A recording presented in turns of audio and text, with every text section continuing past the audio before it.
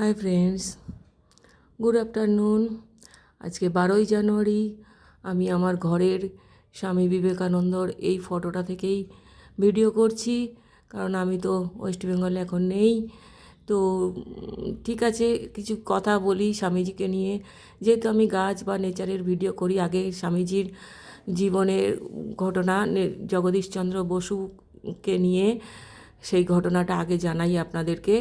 তারপর যদি থাকে সময় একটু ছোট ছোট দুটো চারটে গল্প বলবো। স্বামী জগদীশচন্দ্র বসু তখন লন্ডনে উনি রিসার্চ করছেন। উনিই তো প্রথম বলেছিলেন যে গাছেদের প্রাণ আছে।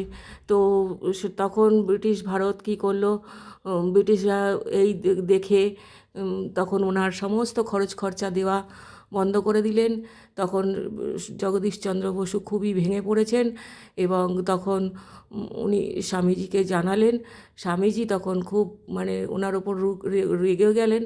রেগে গিয়ে ওনাকে উৎসাহ দিলেন যে তুমি এইরকম একটা সুন্দর কাজ করছো, তোমার কাজের বাধা কে দেবে, তুমি নিজে ওঠো, জাগো বলে উনি সঙ্গে সঙ্গে ওনার আমেরিকান শিষ্যাকে তার পাঠালেন জগদীশচন্দ্র বসুকে সাহায্য করার জন্য। তা এবং তার রিসার্চের সমস্ত খরচ খরচা চালানোর জন্য, এবং উনি সেইভাবে সাহায্যও করলেন। স্বামীজি এইভাবে জগদীশচন্দ্র বসুর পাশে থেকে ওনাকে সাহায্য করে ওনার কাজকে এগিয়ে নিয়ে যেতে সাহায্য করলেন। এই হলো জগদীশচন্দ্র বসুর সাথে স্বামীজির ঘটনা। আরও একটি ঘটনা বলছি। বীর সন্ন্যাসী বিবেকানন্দ নিয়ম নিষ্ঠার দিক থেকে কতখানি কঠিন কঠোর ছিলেন। একবার মঠে এটাই নিয়ম ছিল যে যে সময়ের মধ্যে মঠে হাজিরা দিতে না পারবে সে সেই দিনকে মঠ থেকে খাবার তো পাবেই না, উল্টে তাকে ভিক্ষা করে নিয়ে আসতে হবে। তো একবার ওনার নিজের ভাই